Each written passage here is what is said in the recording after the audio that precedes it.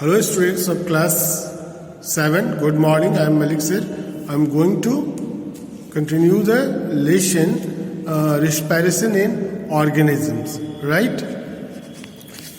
So today we are going to discuss about anaerobic respiration in muscles. Anaerobic respirations muscle में होते हैं. पहले उससे देखिए ऊपर है yeast single cell organisms they respire anaerobically. As जो है एनारोबिकली मतलब in absence of oxygen respire करते हैं. During this process yield alcohol और वहाँ क्या बनता है अल्कोहल. तो there are therefore use to make wine and beer, इसलिए इसका यूज वाइन और बियर बनाने में होता है.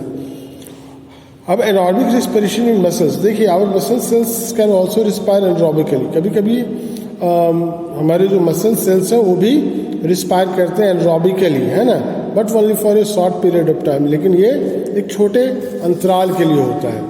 अब खासकर जब ड्यूरिंग ए हेवी एक्सरसाइज, जब काफ़ी लोग कड़े व्यायाम करते हैं, फास्ट रनिंग है, साइकिलिंग है, वॉकिंग है फॉर मेनी आवर्स, कई घंटों तक हेवी वेट लिफ्टिंग है, तो हमारे बॉडी का जो एनर्जी रिक्वायरमेंट है वो काफ़ी बढ़ जाता है. लेकिन वहाँ सप्लाई ऑफ ऑक्सीजन जो है वो कम रहता है, लिमिटेड होता है. तो इसलिए क्या कहते हैं during a heavy exercise demand of energy is more but the supply of oxygen is less. Energy का डिमांड ज़्यादा होता है लेकिन ऑक्सीजन का सप्लाई जो है कम रहता है. इसके कारण से क्या होता है to fulfil the demand extra energy, जो एक्स्ट्रा एनर्जी का डिमांड है उसको फुलफिल करने के लिए हमारे जो मसल सेल्स हैं वो एनारोबिकली रिस्पायर करते हैं, है ना, वहाँ ऑक्सीजन की कमी में. और यहाँ पर फूड ग्लूकोज जो है breaks down into lactic acid. तो यहाँ पर जो हमारा ग्लूकोज है फूड जो है वो ब्रेक करता है लैक्टिक एसिड में और रिलीज सम एनर्जी, और कुछ एनर्जी वो रिलीज करता है ना. यहाँ पर देख रहे हैं reaction glucose food anaerobically respiration in the muscle cells, lactic acid plus energy का रिलीज होता है. तो after heavy exercise very fast running cycling we sometimes get muscles cramps. तो कभी कभी हमको क्या हो जाता है ये हेवी एक्सरसाइज रनिंग हो साइकिलिंग हो इसमें मसल्स क्रैम्प्स आ जाते हैं. तो मसल्स क्रैम्प्स क्यों आते हैं वो देखिए. Muscle cramps occur when muscle cells respire anaerobically. Muscles में क्रैम्प्स तभी आते हैं जब हमारे मसल्स एनारोबिकली वो रिस्पायर करना शुरू करते हैं, है ना. और इसमें क्या होता है जो पार्शियल यहाँ जो ग्लूकोज का ब्रेकडाउन होता है वो पार्शियल होता है, कंप्लीट ब्रेकडाउन नहीं होता है क्योंकि वहाँ ऑक्सीजन का सप्लाई तो है नहीं पूरा. तो वहाँ जो लैक्टिक एसिड का जो प्रोडक्शन होता है और उसके जमा होने के कारण से ये जो लैक्टिक एसिड का जो एक्युमुलेशन होता है हमारे मसल सेल्स में, इसके कारण से ही मसल्स क्रैम्प्स होते हैं और हमको दुखने लगता है वो, ठीक है. तो वी गेट रिलीफ, अगर हमको उससे रिलीफ पाना है तो उसको क्या करिए हॉट वाटर बाथ लीजिए या फिर गर्म पानी से उसकी सिकाई करिए या फिर उसमें मसाज करिए, है ना. मसाज करने से रब करने से वाटर बाथ और massage increases the circulation of, जिससे ब्लड का सर्कुलेशन बढ़ेगा. जब भी ब्लड का सर्कुलेशन बढ़ेगा ऑक्सीजन का सप्लाई बढ़ेगा. ऑक्सीजन का सप्लाई बढ़ेगा जो वहाँ पर वो क्या करेगा कंप्लीट ब्रेकडाउन होगा लैक्टिक एसिड का, तो फिर कार्बन डाइऑक्साइड और वाटर बनेगा और वो दर्द आपका चला जाएगा और आपको रिलीफ मिलेगा, ठीक है. तो anaerobic respiration is also seen in some parasitic animals में भी देखा गया है, लाइक राउंड वोम्स है, फ्लैट वोम्स है that live in the alimentary canal, जो हमारे एलिमेंट्री कैनाल में उपलब्ध रहते हैं, मौजूद रहते हैं. As they do not get oxygen in the alimentary canal, क्योंकि एलिमेंट्री कैनाल में ऑक्सीजन का सप्लाई तो होता नहीं है, इसलिए वो एनारोबिकली ही वहाँ पर रहते हैं, ठीक है. अब देखिए एक्सटर्नल रिस्पिरेशन क्या होता है. Breathing, we normally breathe through our nose. हम लोग जो ब्रीथ करते हैं अपने नोज के द्वारा करते हैं, जो उसमें 2 छेद होते हैं. तो समटाइम इन दौड़ द माउथ, कभी कभी बहुत तेज दौड़ के आते हैं तो कभी कभी मुंह से भी लेना शुरू कर देते हैं. तो लेकिन वो समटाइम्स की बात होती है, हमेशा नहीं होती है. If you close our nostrils and mouth tightly, अगर मुंह को और नाक को अगर बंद कर लें, है ना, we should start feeling uneasy. तो आपको काफ़ी अनईजी बेचैनी महसूस होने लगेगी. और cannot hold our breath even for minute, और मिनट भर के लिए भी हम अपने सांस को नहीं रोक पाते हैं. वी कैनॉट लीव, ये बात बताता है cannot leave for more than a few minutes. कुछ मिनट के से ज़्यादा हम लोग जिंदा नहीं रह सकते हैं बिना हवा को लिए, है ना. समझ रहे हैं? किसी को प्रैक्टिस होता है 2 मिनट 4 मिनट कर लेता है, लेकिन फ्यू मिनट्स इसलिए क्या गया है, फ्यू मिनट से ज़्यादा हम लोग अपने सांस को नहीं रोक सकते हैं। तो ये जो टेकिंग इन ऑफ एयर जो है, जिसमें रिच इन ऑक्सीजन, जो इसमें ऑक्सीजन की मात्रा प्राप्त होती है into the body, is called inhalation. जो प्रोसेस है taking in air rich in oxygen into the body is called inhalation, and on the other hand the giving out of air, the giving out of air rich in carbon dioxide outside the body is called exhalation. ठीक है, और ये continuous process है। Breathing is a continuous process which goes on all the time, वो हमेशा चलता रहता है। आप सोए हैं, बैठे हैं, दौड़ रहे हैं, आप देखते होइएगा एक आदमी सोया हुआ है, उसके पेट के ऊपर ध्यान दीजिए तो फूलता पिचकता रहता है ना, तो वो उसी के कारण से होता है। तो breathing is a continuous process which goes on all the time and through out the life of an organism. और ये रुक जाने का मतलब है, आप समझ रहे हैं, आदमी का लाइफ खत्म हो जाता है। अब ब्रीदिंग रेट की बात करें अगर, we have just learnt in that in breathing both inhalation and exhalation take place।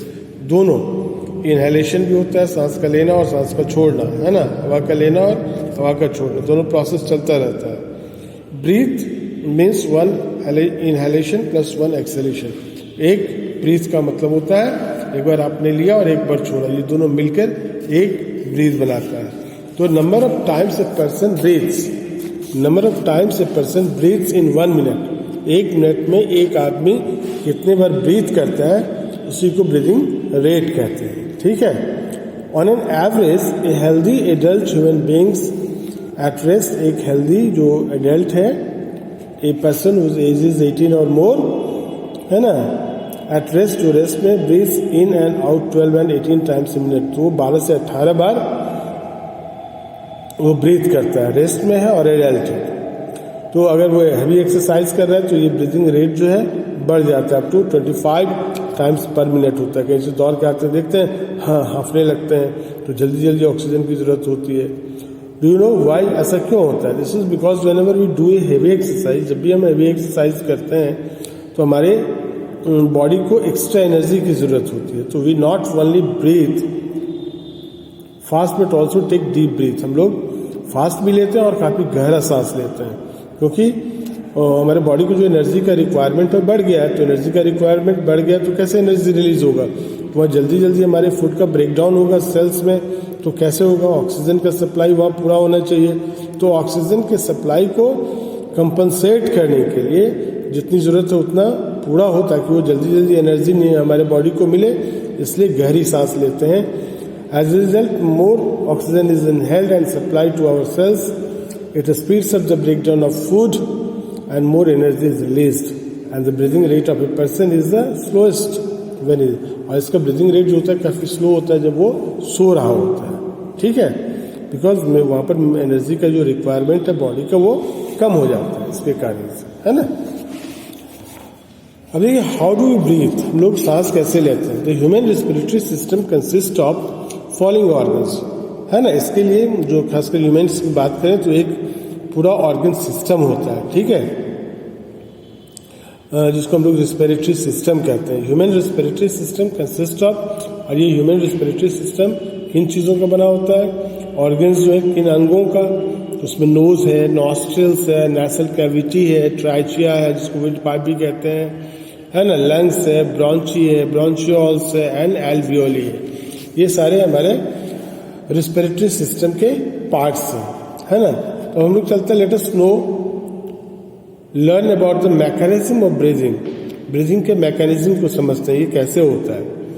तो पहले देखिए, आवर नोज हैज 2 होल्स, हमारे नोज में 2 छेद होते हैं, सबको पता है, विच आर कॉल्ड नॉस्ट्रिल्स, जिसको हम लोग नॉस्ट्रिल्स कहते हैं।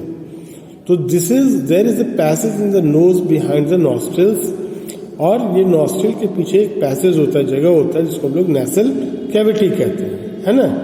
Normally we take in air through our nostrils. सामान्य तौर पर अगर हेवी एक्सरसाइज नहीं हो तो मुंह के बदले हम लोग कहाँ से सांस लेते हैं? नाक से लेते हैं, नॉस्ट्रिल से लेते हैं। व्हेन वी इनहेल एयर, जब हम लोग एयर को इनहेल करते हैं, अंदर लेते हैं, पासिस थ्रू आवर नॉस्ट्रिल्स, हमारे नाक के छेद से होते हुए वो कहाँ पहुंचता है, नेसल कैविटी में पहुंचता है, ठीक है। और as the air passes through the cavity, जैसे वो कैविटी से गुजरता है, इट बिकम्स वार्म, तो वो हमारे बॉडी के टेम्परेचर को गेन करता है। It gets moistured by the mucus secreted by the membrane lining in the nasal cavity. Nasal cavity में मेम्ब्रेन लाइनिंग होता है ना, वो क्या करता है, म्यूकस एक तरह का लिक्विड है जिसको सेक्रेट करता है, उसके संपर्क में आने के कारण जो इनहेल्ड एयर है वो क्या होता है, मॉइस्चर हो जाता है, भीग जाता है, मतलब उसमें वाटर ड्रॉपलेट्स आ जाते हैं, वाटर का अंश आ जाता है। और dust and other particles present in the air gets trapped by the mucus. जो डस्ट पार्टिकल्स, जो नाक में जो बाल होता है उसके द्वारा अगर नहीं रोके गए फिर भी चले गए तो ये म्यूकस के द्वारा ट्रैप्ड हो जाते हैं। And hair present in the nasal cavity, है ना, नेसल कैविटी में जो हेयर होता है और फिर जो म्यूकस जो होता है वो क्या करते हैं, ट्रैप कर लेता है, ठीक है, और हमारे रेस्पिरेटरी सिस्टम में उसको जाने से रोकता है, ठीक है। तो आज के लिए इतना ही, आगे इसके बाकी पार्ट को आगे बताएंगे, है ना। तब तक के लिए thank you and have a nice day.